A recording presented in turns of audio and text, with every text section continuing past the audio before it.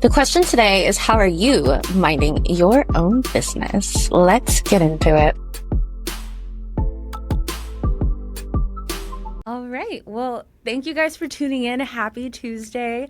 I am so excited for our next guest today. Pamela Delgado is here to chat more with us on minding her own business. Pamela, thanks for being here. Thank you so much for having me. I'm so excited. Oh my gosh. How often do you do podcasts? You know, I used to do them often, and just being locked in my business has been a while, actually, years. So you're my first one back. Oh my gosh. Well, thank you for letting us bring you back into the fold. Thank you for being here. Do you want to tell our audience a little bit about who you are and what you do? Sure. My name is Pamela Delgado. I've been in sales and marketing for over 17 years. I've been an entrepreneur for 9 years, started my business after learning I was significantly underpaid. I started a fashion brand.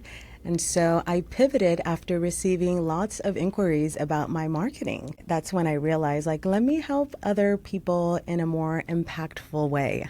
So I pivoted and started Delgado Creative Group. But then 2 years into that, I was recruited to drive growth for Fortune 500s. And after doing that for 2 years, I realized, how can I make a bigger impact in my life instead of already helping billion-dollar agencies? And so I learned all about behavioral economics and started working with businesses around my own community and people who needed support, and really making that impact to scale more substantial by working with smaller organizations or smaller businesses to really take them to the next level. And I've been loving it ever since. Amazing. Okay, so that intro has so much to unpack. I have two primary questions right now. What do you define as your community? My community, I would say women, people of color in general. Latinas, I'm Latina, bilingual, second generation. And to be honest, almost all of my clients are people of color, men and women from various different parts of Latin America, and it's been incredible. Okay, that's amazing. And then what is behavioral economics? Can you describe that for our listeners? Yes, it's essentially, we understand how, or I understand because I'm certified in it, I understand how people make decisions. Okay. So a lot of times we think that people make decisions rationally, but we really make decisions emotionally. So how could we make people feel a certain way, and that feeling will then allow them to take action in the most impactful way for our clients? Okay, that's fantastic. When you describe behavioral economics, are you a lifelong student? Did you have to go to college for this? How did you discover that this was going to be an integral part of what your business was going to flourish into? So I discovered behavioral economics through the agency that recruited me. That was their thing, but we didn't do marketing like this. And I've done marketing like this for myself and clients previously. So I essentially took that plus everything that I've learned in my experience, and now we leverage it creatively. Okay, so let's unpack this, because a lot of times, especially in 2026, we talk about marketing, and they're always, I think the big hot word right now is taste-making and founder-led content and thought leadership. And in the age of AI, where everything is so rapidly changing, how do you help your clients stay grounded in building a brand that's going to last? You've been in business for 9 years, you've been in the industry for a significant time longer than that, and you've pivoted a couple of times in it. So what do you advise to people looking to build a brand that's going to last and outlast all of the trends that are currently occurring? What I tell my clients and audience not to lose sight of is who the end user is. Because if we sell to robots, then sure. But at the end of the day, most of my clients need people. And you can only, yes, you can absolutely leverage AI, but people still crave an emotional connection from other people. And I think that's really important. And so when we create things, we definitely keep the people in mind. So I have a lot of founders that listen to this, or people who are interested in starting their own companies, and they listen to our podcast to get an understanding of the founder journey. Yeah. Walk us through your career. You left corporate, you left serving Fortune 500 companies, you started in fashion, you pivoted, you moved across the country because, guys, she's from California and she actually knew the city that I grew up in. So Yeah, we're we're hometown neighbors. girls. Yeah. So, like, how did you go from that to where you are today? Like, walk us through that. I always wanted to live in New York. And I'm going to age myself, but I grew up watching TRL and MTV and all the music videos. And so seeing Times Square, I just like the energy. And so where I grew up, I almost feel like LA is a little bit more of like suburbs. It's not like a vibrant city, at least where I grew up, like the way it is here. And so I desperately craved that energy. And so I used to work in fashion and thought New York is a place to be for that. So I was actually working for an accessories company in LA, and we'd always do trade shows here. And in one of those shows, it was talk to every single soul. And I did. I made friends. One of them was like, use my address on your resume because no one's going to hire you if you don't. So I did, flew back home. I literally got home that a Sunday night, and I got a call the next day to have an interview in New York Wednesday. Oh my gosh. So I bought a one-way ticket. My family thought I was crazy. Flew to New York on Wednesday. I got hired on Friday, and my first day was Monday, and I've never been back. Crazy in like it was the best crazy. way. And then I quickly learned that the fashion industry was not for me. And then I pivoted to life sciences. I learned I was underpaid. I knew how to start a brand and do e-commerce because that's what I had been doing for years. I started my own, and the mission was to inspire, motivate, and empower women. This was during the whole Me Too and female empowerment, and I'm like, this is like so aligned. And I was getting inquiries about my own marketing, and I'm like, well, that is a bigger impact than selling graphic apparel. And although I'm enjoying it, I want to make a big impact and literally change our economy. And so working with small businesses, that is what we do.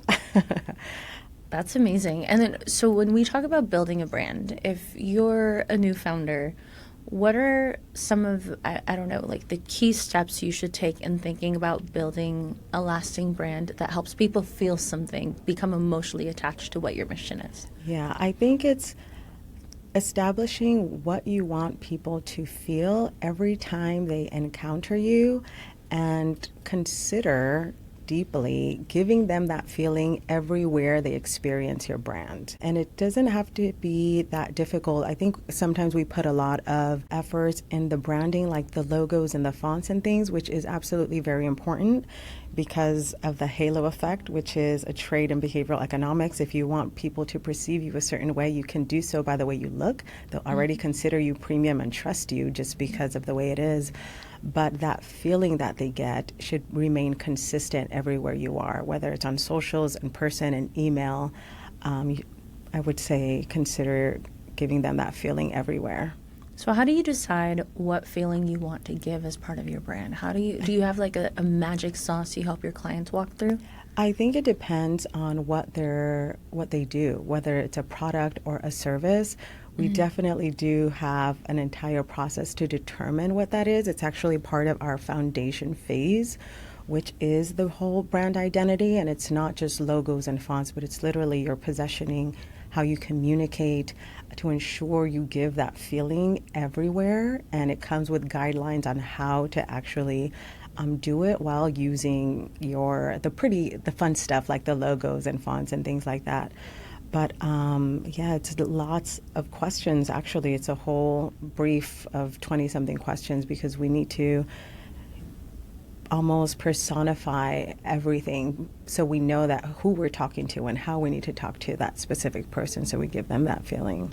Yeah, I completely agree. I remember when I dove into truly understanding marketing and what it's about. It's not just about aesthetics. It's about the feeling you leave people with when they encounter your brand. Yeah. And then there's certain brands that are very quippy and funny. There's some that are so luxurious and sexy.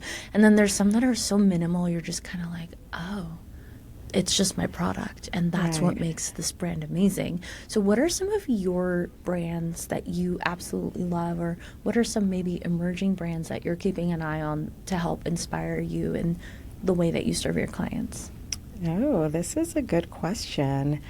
I'm keeping an eye on Gente. It's a Brazilian brand, and they've just I saw a post on theirs that they're coming out with new branding, and I thought it was intriguing because they're Brazilian. Yellow is part of the Brazilian flag, Right. and they were sharing the challenge on finding the specific tone of yellow. But even that, because it's so specific to who they are and where they're from, I thought that was interesting. I don't think a normal person who wouldn't know that Yeah. would be intrigued by it. I'm seeing a lot of Latin American creators come to light, and Brazil is definitely having a moment.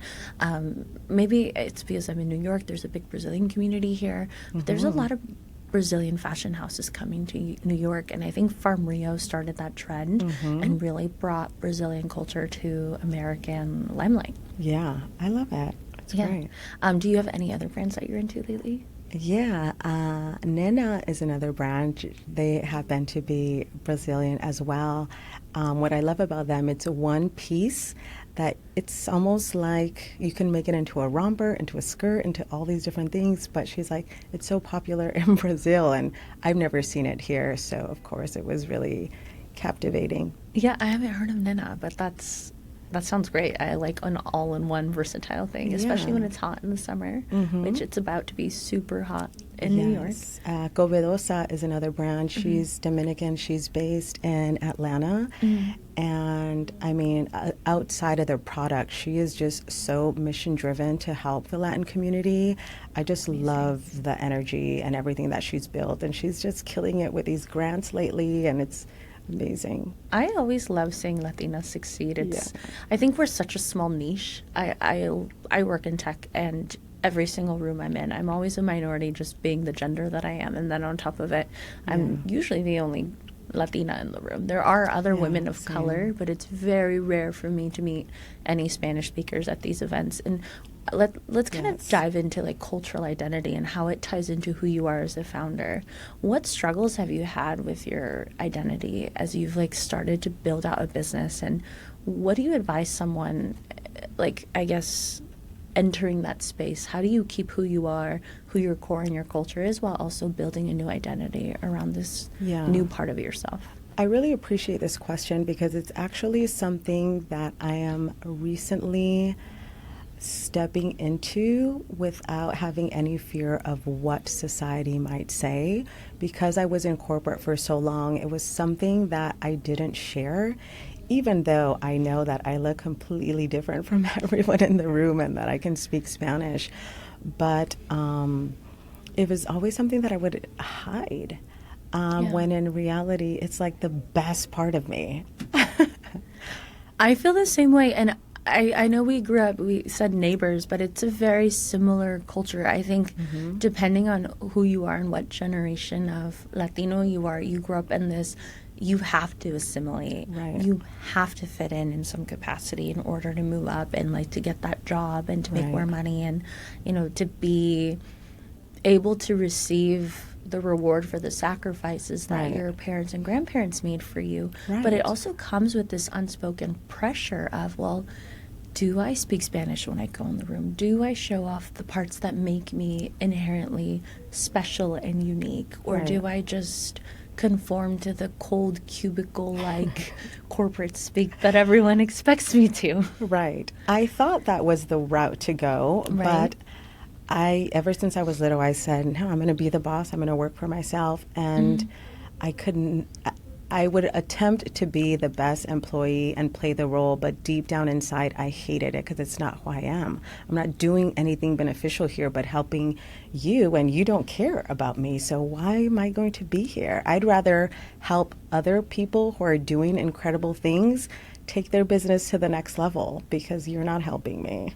Yeah, I mean, I think it's crazy because as Latinas, we run our household. We run the family. Like, there's always a matriarch. There's always an abuela that makes all the major decisions, and everyone goes to her for, like, a family blessing. And then when I look at Latinas in corporate America, we're just such yes women. We're so overly considerate, overly kind. We have a servant leadership mindset, but it comes at the detriment to our upward mobility. Like, how do you navigate those spaces? Do you ever feel yourself being too nice in a way that maybe you're like, okay, I'm stopping myself because I'm being overly mindful? And like, how do you overcome those things? I used to when I was in that setting, but now that it's for my own company, it's easy for me to say no if things are not aligned. And I love also realize that I, I am not going to put us on a project that is not ethically aligned with who we are. Like if we don't believe in the project, or I don't know, even if it's like a luxury brand but they're using polyester, that doesn't make sense to me. So like Yeah. it's hard for us to market something when it doesn't make sense.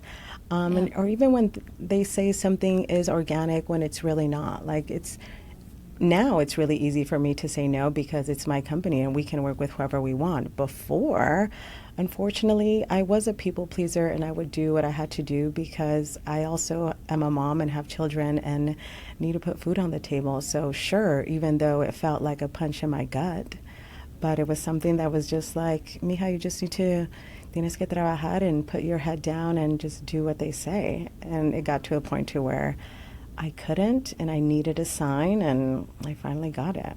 I love that. So let's talk about this sign, because you said you realized massively underpaid. You could do it better on your own. What was the sign, and what finally made you pull the trigger on doing this your own way? Yes, I was laid off. And I love a good layoff story. Yes. And like 2 months before, I was like praying to God and the universe and anything and everybody. And I'm like, I just need the clearest sign. Because I had my agency. And of course, there's that fear of jumping in full time. And then I'm a mom and I live in one of the most expensive cities in the world. Yeah. And I didn't want to go back home. Going back home was not an option. And asking my family for help was, I didn't want to do it. I'm the oldest. So I'm also like, I'm not going to go back and like ask for help. Eldest daughter core, always. And yeah, I was laid off. And I remember the first question, they literally told me, unfortunately, we have to let you go. And then I was like, okay. And they're like, so what are you going to do? Are you going to start your business? And I thought that was so interesting. Ooh. And I'm like, I don't know. You literally just told me, so I need to take a break. And yeah, it's been over a year locked in my own business. What's insane is that employers don't like that you have your own side hustle. Yeah. And it gives them a easier time reconciling the fact that they're laying you off or letting you go for whatever it is.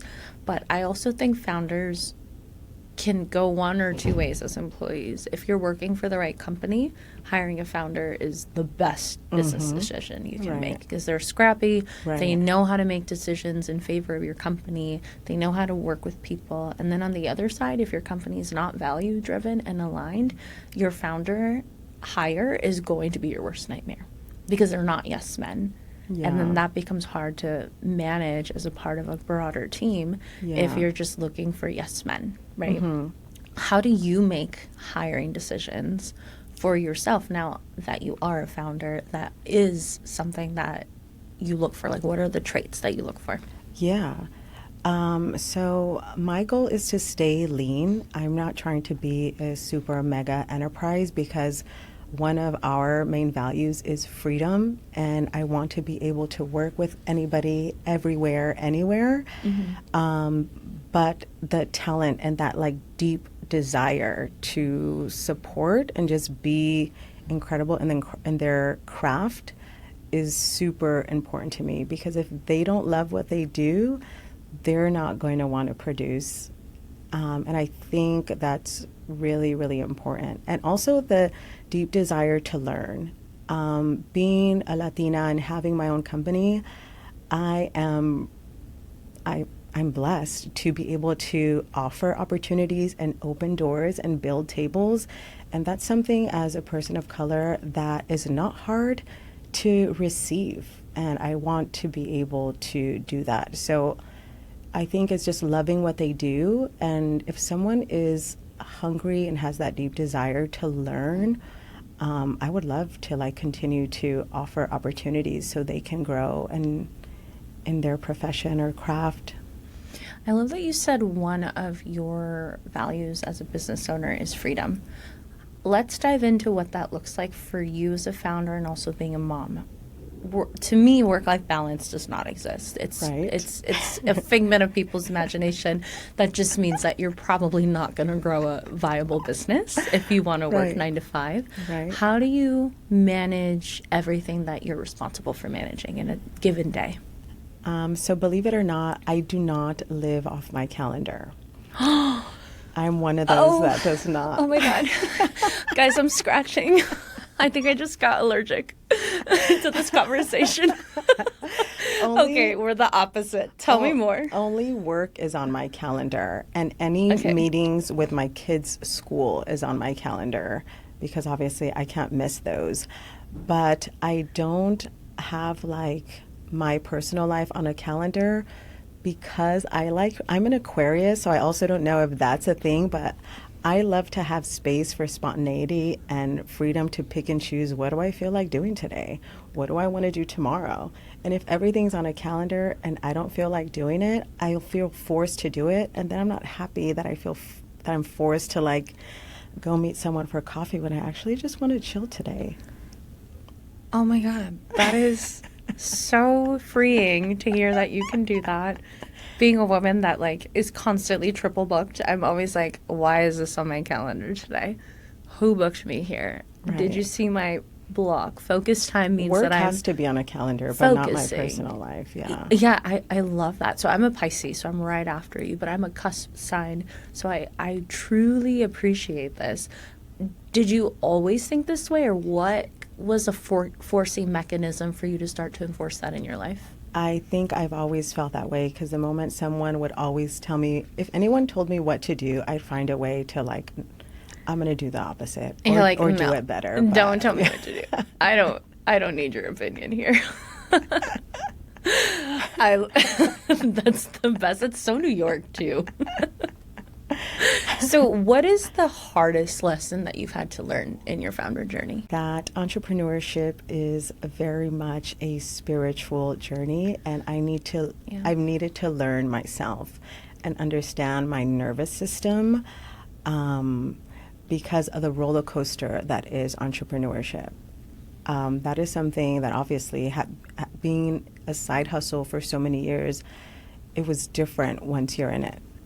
So let's talk about managing nervous system, because I think that's something at the forefront of a lot of people's minds. It's very trendy to talk about cortisol levels or breath work, or what are your best hacks for like founder, like personal practices that help center and ground you. Can you walk us through some of yours and like walk us through that nervous system conversation? Because I think it's something very important. Yeah. It's something that I'm still on the journey of discovering for myself, but as I've put more attention to it, I'm also seeing positive outcomes come from that.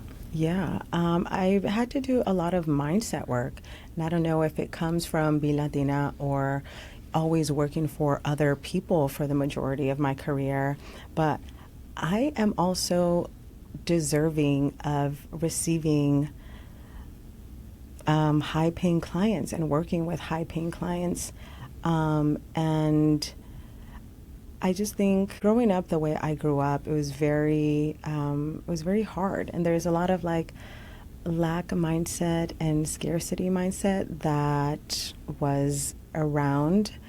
And that's something that as an entrepreneur, I needed to figure out a way how to unblock that because we want all of the abundance here.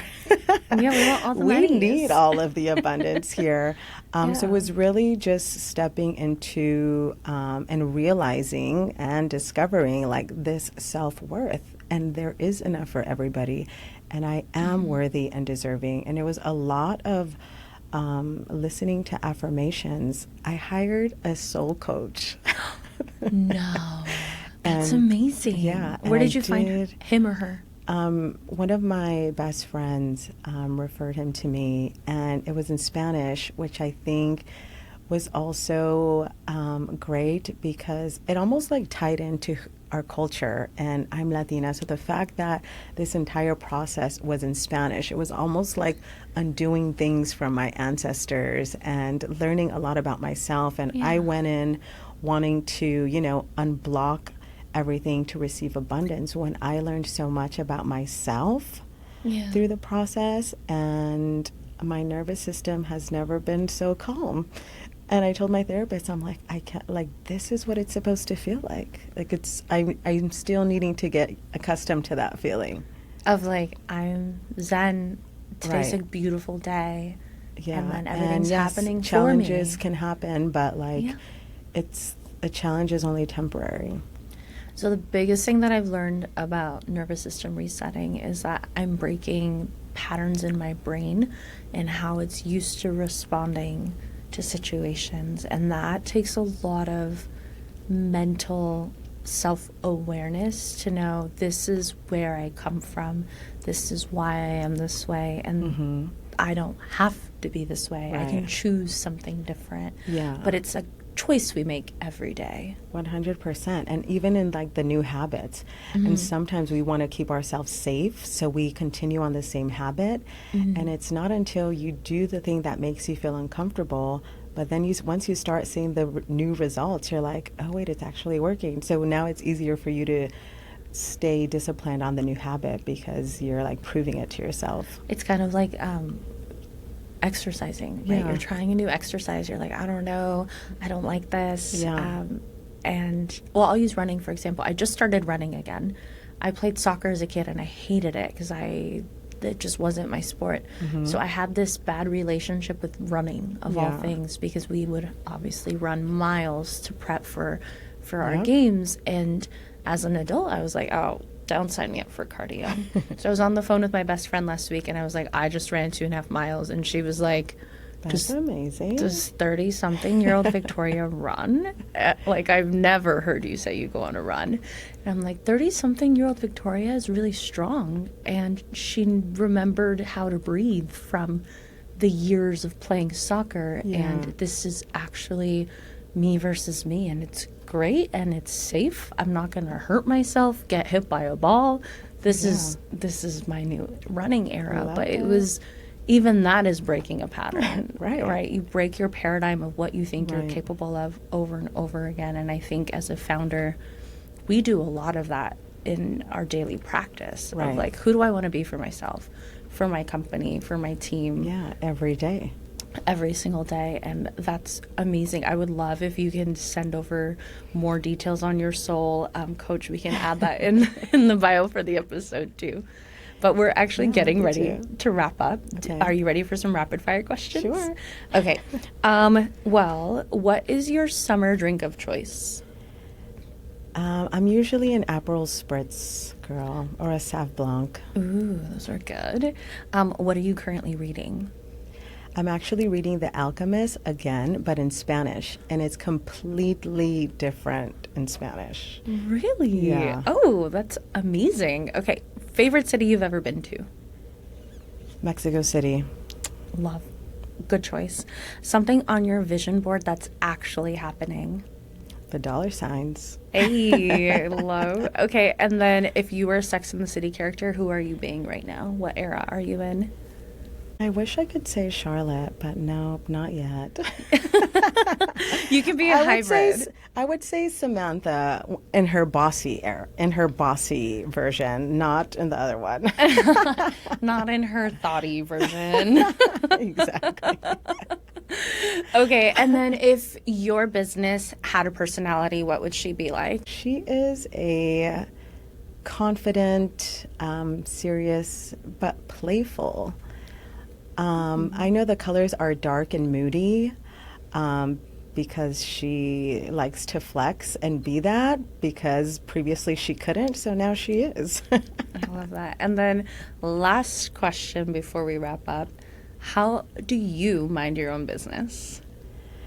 I'm currently minding my own business by advocating for brands who want to be seen and want to be visible, want to grow. That is literally my purpose, I feel like.